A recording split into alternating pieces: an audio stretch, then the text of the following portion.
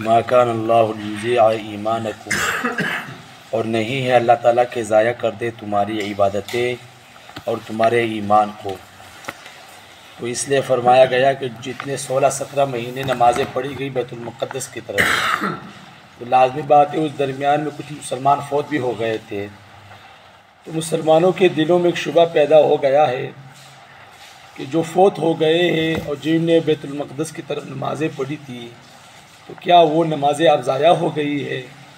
تو اللہ تعالیٰ فرماتے نہیں، جن لوگوں نے جس طرف کر کے نمازیں پڑھی تھی، یہ میرا حکم تھا، وہ میرا حکم ماننا لازمی تھا، تم لوگوں نے میری بات مان لی، تو تمہارا جو عبادت کرنا تھا وہ قبول ہو چکا ہے۔ اب اس کے بعد تمہارے ایمان کو، تمہارے اعمال کو ضائع نہیں کرتا میں، اس لیے فرمایا وما کان اللہ لیضیع ایمانکم۔ تو جس وقت جو حکم شریعت کا ہوتا ہے اس کو ماننا لازمی ہوتا ہے، اسی پر ثواب ملتا ہے۔ اگر ایک وقت میں ایک عبادت کا حکم ہے اور ایک شخص اس وقت عبادت نہیں کرتا بلکہ کسی دوسرے کام میں لگ جاتا ہے، تو دوسرے کام پر ثواب نہیں ملے گا اس کو۔ کیوں؟ جس وقت جس شریعت کا حکم ہے اس کو ماننا لازمی ہے، اس کو فالو کرنا ہے۔ مثلا ابھی بڑی عید آنے والی ہے، قربانی لوگ کریں گے، تو جو پاگل قسم کے لوگ ہیں یورپی ممالک کے، اور اسی طرح بعض مسلمان بھی ایسے ہیں، اب وہ کہیں گے، آپ سنیں گے بھی لازمی باتیں، تو کہیں گے بھئی قربانی کے بجائے آپ لوگ جو پیسے ہیں وہ غریبوں کو بانٹ دیں، یہ کر لیں، کیونکہ ثواب ہی تو کمانا ہے۔ تو آدمی اگر ان سے پوچھے بھئی یہ تو حضور صلی اللہ علیہ وسلم نے ہمیں بتایا ہے کہ یوں عمل کرو، وہ اللہ کا حکم تھا، حضور نے بتایا، ہم کر رہے ہیں، تو کیا ہم واقعات نہیں پڑھتے کہ حضور صلی اللہ علیہ وسلم کے زمانے میں کتنی زیادہ غربت تھی کہ صحابہ ایک ایک کھجور پر گزارا کرتے تھے؟ تو کیا حضور کو غربت نظر نہیں آ رہی تھی؟ یا اگر اس زمانے میں غربت تھی، لوگ برداشت کر رہے تھے، کیا اللہ تعالیٰ کو یہ بات کو علم نہیں تھا کہ آنے والے وقت میں غربت اتنی زیادہ ہو جائیں کہ لوگ اپنے آپ کو مار دیں گے؟ اگر اللہ تعالیٰ یہ بتا سکتے ہیں حضور صلی اللہ علیہ وسلم کے ذریعے سے کہ قیامت آنے والی ہے، اس کی یہ نشانیاں ہیں، تو کیا حضور یہ نہیں بتا سکتے تھے کہ آنے والے وقت میں غربت زیادہ ہوگی، اس لیے اتنے سالوں کے بعد قربانی کو ختم کر کے لوگوں میں پیسے بانٹ دیا کرے؟ تو کیا اللہ یہ نہیں فرما سکتے تھے؟ بالکل فرما سکتے تھے، لیکن جس وقت جو شریعت کا حکم ہے اسی کو فالو کرنا ہے، اسی پر عمل کرنا ہے۔ اگر ایک صاحب نصاب ہے، مسلمان ہے، عاقل ہے، بالغ ہے، اگر اس پر قربانی فرض ہے، واجب ہے، تو اس وقت قربانی کرے گا۔ اگر وہ قربانی کے بجائے پیسے لوگوں کو دے گا، غریبوں کو، تو وہ لازمی نہیں ہے، بلکہ الٹا گناہگار ہوگا اس پر۔ کیوں؟ اس نے شریعت کے حکم کو فالو ہی نہیں کیا، اس پر عمل ہی نہیں کیا اس نے۔ تو اسی طرح جو شریعت کا جس وقت حکم تھا اس پر عمل کیا، جن مسلمانوں نے وہ فوت ہو گئے، ان کا وہ عمل قبول۔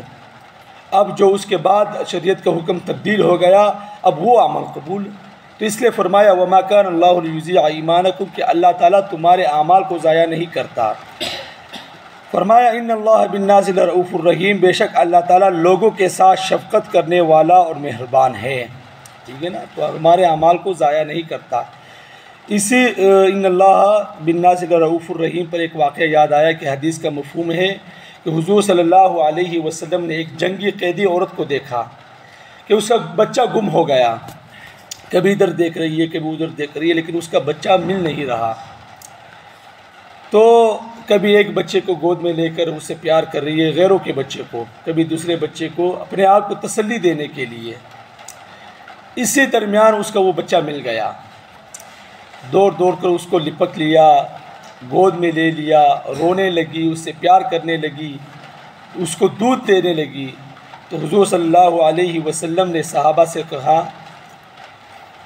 کہ اگر اس عورت کے بس میں ہوتا تو کیا یہ اپنے بچے کو آگ میں جلا سکتی ہے؟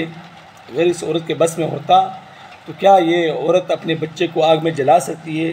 صحابہ نے عرض کیا یا رسول اللہ صلی اللہ علیہ وسلم بالکل نہیں، ایسا تو بالکل نہیں ہو سکتا۔ تو حضور صلی اللہ علیہ وسلم نے فرمایا کہ جتنا پیار یہ عورت اپنے بچے سے کرتی ہے، اس سے کہیں زیادہ پیار اللہ رب العزت اپنے بندوں سے کرتے ہیں۔ تو اللہ تعالیٰ بھی کبھی ایسا نہیں کریں گے، لیکن انسان کو خوف اور امید کے درمیان رہنا چاہیے، ٹھیک ہے نا؟ کہ اللہ نے جہنم بھی بنائی ہے، جنت بھی بنائی ہے، تو خوف اور امید کے درمیان رہنا چاہیے کہ میں عمل کر رہا ہوں، امید ہے انشاءاللہ اللہ کے یہاں یہ قبول ہوگا، اور یہ میں عمل کر رہا ہوں شاید کوتاہی بھی اس میں ہو جائے۔ تو خوف اور امید کے درمیان انسان کو زندگی گزارنی چاہیے۔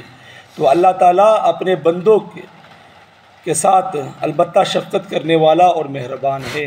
اللہ سے دعا ہے اللہ عمل کے سمجھ کے توفیق عطا فرمائے۔ وآخر دعوانا الحمدللہ رب العالمین۔ اللهم انت السلام ومنك السلام تبارك وتعالى يا ذا الجلال والاكرام۔ اللهم انك عفو تحب العفو فاعف عنا يا غفور۔ اللهم اشف مرضانا ومرضى المسلمين، اللهم اشف مرضانا ومرضى المسلمين، اللهم اشف مرضانا ومرضى المسلمين، رب ارحمهما كما ربياني صغيرا۔ اللهم يا إله البشر يا عظيم الخطر يا واسع المغفرة يا عزيز المن يا مالك يوم الدين إياك نعبد وإياك نستعين، رضيت بالله ربا وبالإسلام دينا ومحمد صلى الله عليه وسلم۔ ربنا تقبل منا إنك أنت السميع العليم وتب علينا إنك أنت التواب الرحيم۔ صلی اللہ تعالی علی خیر خلق محمد وعلی آلہ وصحبہ اجمعین۔